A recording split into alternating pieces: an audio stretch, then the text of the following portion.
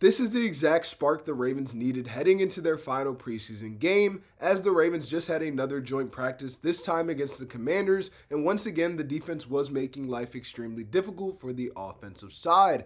There were a bunch of things that I really liked about the Baltimore Ravens and their joint practice, but there are also some things that I believe that needs to be cleaned up ahead of Friday's preseason game. And with that last game against the Commanders coming up on Friday, this is pretty much the last chance for these players to get their preseason opportunities and showcase their skills ahead of the 53-man roster cutdowns. So we're going to talk about everything that we learned during that week and the joint practice against the Washington Commanders. But before we get into today's video, a quick PSA. The Cincinnati Bengals Digest channel is currently at 5.3K subscribers. If you are a diehard Baltimore Ravens fan, there is no way that the Cincinnati Bengals channel should have more subscribers than the Baltimore Ravens channel. If you've been enjoying all of the daily updates, rumors, and all things Baltimore Ravens, make sure you hit that subscribe button. It is completely free, no cost, no price, and we are providing daily Baltimore Ravens updates. You guys are not going to want to miss out on any of the content, especially as close as we are to the regular season. A bunch of changes incoming with the setup and a bunch of other things. So very excited to get you guys the Ravens updates and the videos that you guys deserve and that you guys need on a daily basis.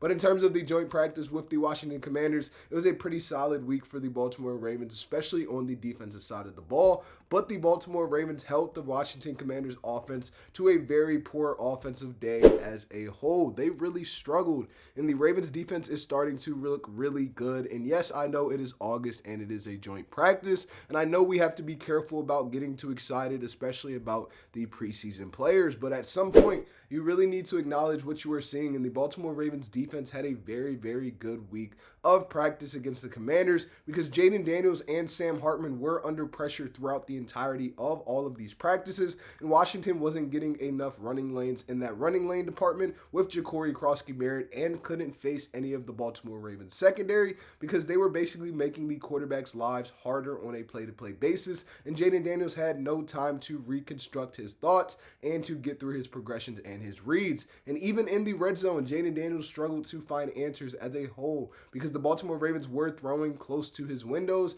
and the secondary was blitzing a lot, and it was really creating pressure for Jaden Daniels and disrupting his timing as a whole. And this was something that Jesse Minter and Anthony Weaver really want to bring into this new Baltimore Ravens philosophy, and I'm very excited to see what players could be elevated because a player for the Baltimore Ravens who consistently shows up time and time again and balls out is Kyle Hamilton, and Kyle Hamilton is starting to look like a problem for the Baltimore Ravens going into this regular season stretch because Jaden Daniels had a really bad snap. He tried to recover and get the ball out, but Kyle Hamilton was right in his face, and boom, interception. And then plays later, Jaden Daniels escapes the pocket again, tries to find a Okonkwo, and Hamilton stayed with him again and forced another incompletion. That could have been a one-handed interception because Kyle Hamilton is such a dangerous player. He can play deep, he can play zone, he can play man, he can also blitz, and he is a taller safety in the NFL. And yes, we have those other stars like Nate Wiggins and Marlowe who makes it very difficult, and both of them had really good days and plays in coverage,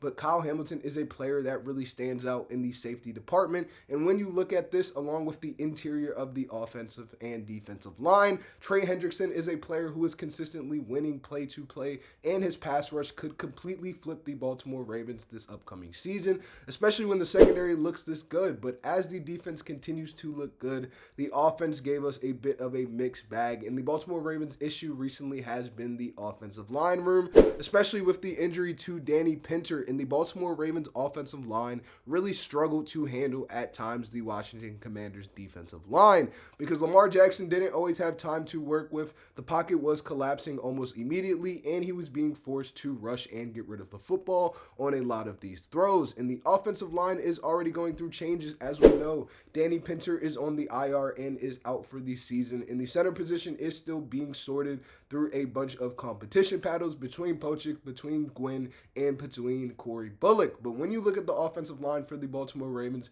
we do not need it to be perfect right now, but we do need to know who we can trust going into the regular season because blocking for Lamar Jackson, if we want to make a Super Bowl push, is a mandatory thing for the Baltimore Ravens, and we cannot have offensive line slip-ups that are creating issues for the Baltimore Ravens in the passing game and in the running game. And despite this rough stretch for the Baltimore Ravens. Lamar is doing what Lamar does. He always figures it out, and he's always having a pretty solid day in terms of practice and getting better with these live game reps. And Lamar wasn't in the best shape starting off today's practice, but the things started to click for him in the post, because in the red zone, he finished with 3 straight touchdown passes, 1 to Jacoby Lane, 1 to Mark Andrews, and 1 to Rashad Bateman, who also had a really solid day of camp. And following that Jacoby Lane touchdown, he was celebrating. He had the hype and the fire, which was really good from what you want to see from Lamar Jackson. And overall, he had a pretty good day. It's a pretty familiar sight for Lamar Jackson. As we know, he's always a pretty consistent player in practice. Yes, he will sometimes have his rough patches, but Lamar is Lamar. He went 19 for 26 during the track team practice period, and according to Helmsley, he really was having a solid day considering the pass rush pressure from the Commanders on the defensive side of the ball. And yes, Lamar is not playing in the preseason, but this is the closest action that he is going to get going into week 1 of the regular season. And on the offensive side of the ball, a player who has been dealing with some on and off the field issues over the past couple of weeks, but it is all getting resolved for the Baltimore Ravens, is Rashad Bateman. And actually in this practice, he was one of the biggest offensive winners, because with Zay Flowers sitting out with a minor issue, Rashad Bateman got the opportunities, took advantage of it, and it was probably Rashad Bateman's best practice of the entire summer, because he was consistently getting open. And Amik Robinson, the newest pickup for the Commanders, could not stay with him on a press or in a zone scenario. And he also caught a 20-yard stop route, had another 10-yard catch, and then caught a touchdown from Lamar. And I think this is really important, especially going into the regular season, because yes, the controversy is starting within Rashad Bateman in terms of, will he be that wide receiver number 2, number 3 for the Baltimore Ravens, especially since Jacoby Lane, LeJounte Wester, and these other guys have been balling out over the course of the preseason. But with these younger guys, you still need to show that you are a high-level guy. And in 2024, Rashad Bateman was one of the Ravens' best players. So I think Lamar is going to have this weapon and use advantage of this weapon going into the regular season, because Rashad Bateman is a player that the Baltimore Ravens need in terms of his speed and his size. And yes, Jacoby Lane is way bigger than him in terms of his catch radius. Rashad Bateman is a sneaky veteran in this wide receiver room, and I really like Rashad Bateman's game as a whole, and I think he can stand out in terms of being a good offensive player post that break year that he had in terms of where his production dipped in 2024 going into 2025. But in terms of the Baltimore Ravens and their receiver department, another receiver for the Ravens, as we know, Tez Walker, has been a player that has been fighting for opportunities. And Devontae Walker, again, had a really good day against the Commanders. He found a soft spot in terms of that secondary, and he had a 62-yard touchdown, was gone, cleared from the rafters, completely out of the way. He's a very fast receiver, I would say, and I definitely love his game in terms of, you don't need to throw him the ball 10 times a game, but he shows up when his number is called, and his size and his speed is very, very good for what the Baltimore Ravens want to do ahead of this new system with Declan Doyle. And honestly, this is probably the biggest takeaway from the offensive side for the Baltimore Ravens, because not everybody needs to have a really good day for the Baltimore Ravens to be successful. And the joint practice against the Commanders gave us a lot of work in terms of being able to see what you have going into the rest of the preseason finale and in the regular season, because there are a lot of guys for the Baltimore Ravens who are on the roster bubble, some of these younger defensive linemen and offensive players, and it is about giving a reason to that coaching staff to know, okay,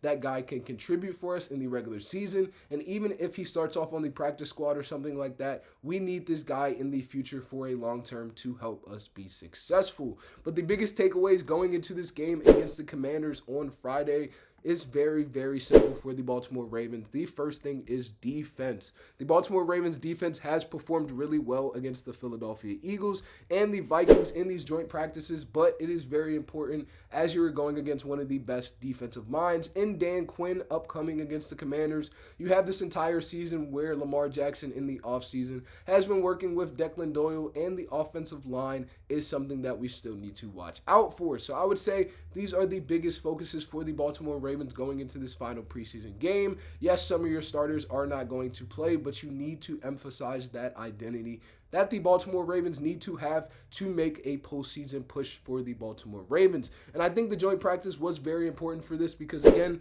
we have one final preseason game. After that, all the excuses are gone. All of the guys that are healthy and the ones for the Baltimore Ravens will need to play on a 17-game stretch. So I'm very excited to see what happens in terms of the Baltimore Ravens. But let me know what you guys think down below in the comments. Which one Ravens player do you absolutely need to see tomorrow night against the Commanders? Is it Adam Randall? Is it Jacoby Lane? What player needs to keep standing out for you in terms of getting a spot on this 53-man roster cut? And who do you think has already done enough to secure their spot? Let me know down below. And if you enjoyed the video, make sure you hit that like button. Subscribe to Ravens Digest if you are new. We have a whole lot of updates and new things coming in the next coming weeks in terms of the regular season.